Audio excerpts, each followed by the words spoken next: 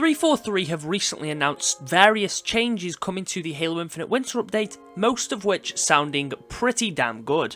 However, there is a couple of things that I'm a little bit skeptical about, and we'll be talking about them in today's video. If you do enjoy the video today, make sure to leave a like and subscribe if you're new here. I really do appreciate it, and it really does help the channel out. But without wasting any more of your time, let's jump straight in. First of all, let's talk about the changes coming to the challenge system. Now, right now on Infinite, you usually get 20 challenges a week. This is being reduced to 10. The downside to this is there is less challenges, which means less XP, but in the grand scheme of things, that really isn't that big of a deal, considering we know we're getting match-based XP. Having less challenges also means it's going to be much easier to acquire ultimate rewards, so this is a good change. It's also probably been done since the winter update only has a 30 tier pass rather than a 100 tier pass, so maybe they've just been reduced temporarily for the winter update, maybe it might be increased when season 3 comes along, or it might permanently stay at 10. Either way, I think this is a solid change, and it means that everything is going to feel a little bit less grindy, and with the inclusion of match XP, when you run out of challenges, you're still going to be able to progress anyway. Alongside this, all challenges are supposed to be completable in any playlist, so there shouldn't be any mode-specific ones anymore. You'll still probably have some weapon-specific ones, like Ravager kills or the occasional Pulse Carbine challenge, but as a whole, it seems like they're just going to be things that you can do in any playlist. Simple stuff like getting assists, getting kills, winning matches, etc. The only ones that will be mode specific are the ones for events, and this makes sense. So again, these are all really good changes. On the topic of challenges, apparently the ultimate rewards and the ultimate challenges we have over the course of the winter update won't be anything new, but rather the most popular ones from Season 1 and 2 making a return. I don't mind this, and again, this seems like a pretty understandable decision, as I believe the winter update is probably going to draw a lot of players back in, and a lot of those players might have missed out on some of these really cool ultimate rewards. I know there's some that I missed out on even when I was playing the game because it forced me to play specific events or modes that I really did not want to.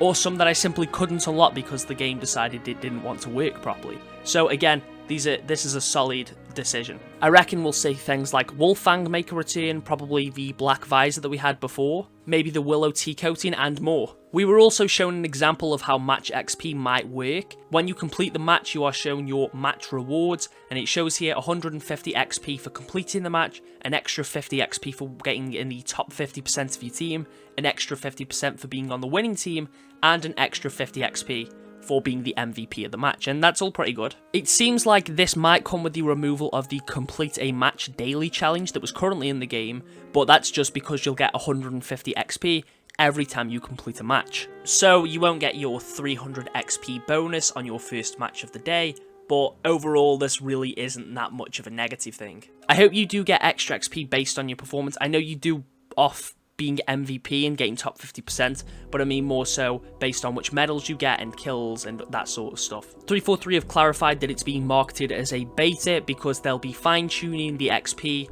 output based on our feedback. But obviously going forward, this is a permanent thing. This will be there when you level up your Season 1 Battle Pass, your Season 2 one, and the Winter Update Pass, so if you haven't finished your Battle Passes, this will be an even better time to go back and finish them off. Yes, it sucks that we've had to wait so long, but this is only a good thing. I'm super glad that it's finally in the game, and I can just progress the game by playing the modes I want to play. I can just play Big Team Battle all day and level up from it.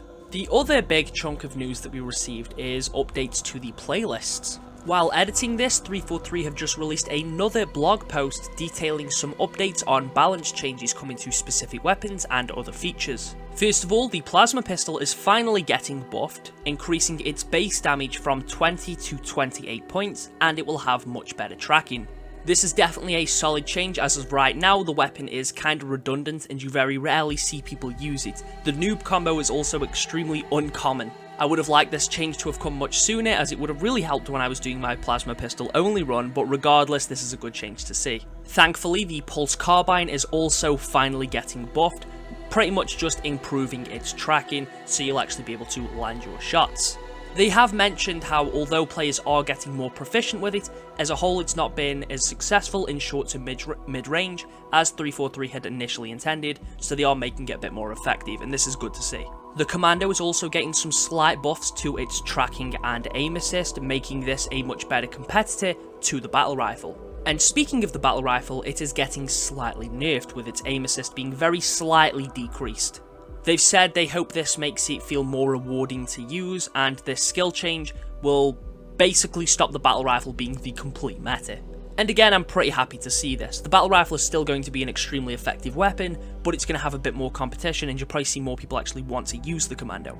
Almost every time I play Big Team Battle or Arena, if it's a commando spawn instead of a BR one, most people never pick up the commando, other than me, because I really like that weapon. The grenade is also getting a very, very slight nerf. By this, I mean its detonation time is getting increased by 0.2 seconds, so it'll take very slightly longer to finally explode. And the final major weapon buff is the Disruptor. It's having its ammo count increased from 10 to 12. They did comment on the fact that the damage over time effect appears to be quite inconsistent, and they're hoping to fix this in a future update. For now though, hopefully the increase in ammo count can make the weapon feel a little bit more effective. And then they went to speak about some future stuff that they're planning on improving, such as desync, aiming, and more. They want to hopefully improve mouse and keyboard, which is why they're also bringing the red reticle to PC. And they commented on the main issues with desync, like the blank shots and the ghost melees and all that sort of stuff, explained what exactly it is and why it's a problem, and spoke about how they are hoping to fix it in future updates. So for everyone that thinks they've given up on it, they've proven today that they haven't, and I'm glad to hear it. Even if there isn't going to be any major changes to it straight away, it's good to know they are definitely working on it. They also mentioned some other balance changes, like the snap slide being removed, drop shots not really being a thing, so the time it takes to drop a weapon will be the same time as swapping a weapon, so that won't really be the meta anymore. The thrust is also going to get slight adjustments so that isn't as effective, and the energy sword is also going to be nerfed. It's not going to do any less damage or anything like that, but if you were to trade melees, the person with the sword is obviously going to survive with a bit of health, but they're still going to take considerable damage. This sounds like it could be a decent change for balancing that weapon. Personally, I think it's just going to make the power weapons less effective. I think the energy sword doesn't really need any adjustments. The power weapons should feel powerful, and the energy sword is one of the few that actually still does. I still think this is better than how Bungie handled it in Reach, with the melee just completely blocking the energy sword, as if that made any sense. But who knows, this might actually be a very beneficial change. There's going to be a total of 6 permanent playlists, these being Ranked Arena, Quick Play, Big Team Battle, Fiesta, Tactical Slayer, and Team Slayer. With certain playlists getting removed, not entirely, they're just going to be rotational playlists. There will be core rotational playlists, so this will be stuff like Covert 1 Flag, Team Survivors, which is modes like Attrition, and potentially other stuff that will be included as time goes on. And then we'll also have the social rotational. This will be Social Slayer, Social Big Team Battle, and Rumble Pit. It also mentions Social Skirmish, but I'm not entirely sure what this one is. And then finally, there will be the Ranked Rotational playlist, which will be Ranked Survivors and Ranked Doubles, potentially Ranked Free-For-All too. There will also obviously be extra playlists for events, and there's going to be featured slots too, depending whichever mode is being featured at the time. Now, this is where I'm a little bit skeptical. It seems like Bot Bootcamp is no longer present on the playlist system, so it seems like that mode is getting removed entirely, which I'm not exactly super happy about. I don't really play Bot Bootcamp, but it's a very casual thing that is good for teaching new players the ropes of the game, or for people that just enjoy the gameplay, but don't necessarily want to go on to experience a sweatfest. It's possible it's been removed due to the XP system. They don't want people just grinding Bot Bootcamp to complete the entire thing, but if that's the case, why not just reduce the amount of XP that players get from Bot Bootcamp? I'm really not fond of the idea of them removing this mode. It seems like a very stupid decision. When it comes to playlists, I believe we would all prefer something like Master Chief Collection, although I do think the reason 343 opted for this playlist system is to make it more accessible and easier to understand for more casual players and new players to the game. Having that option of just Quick Play or Big Team Battle, you know straight away what you're getting yourself into.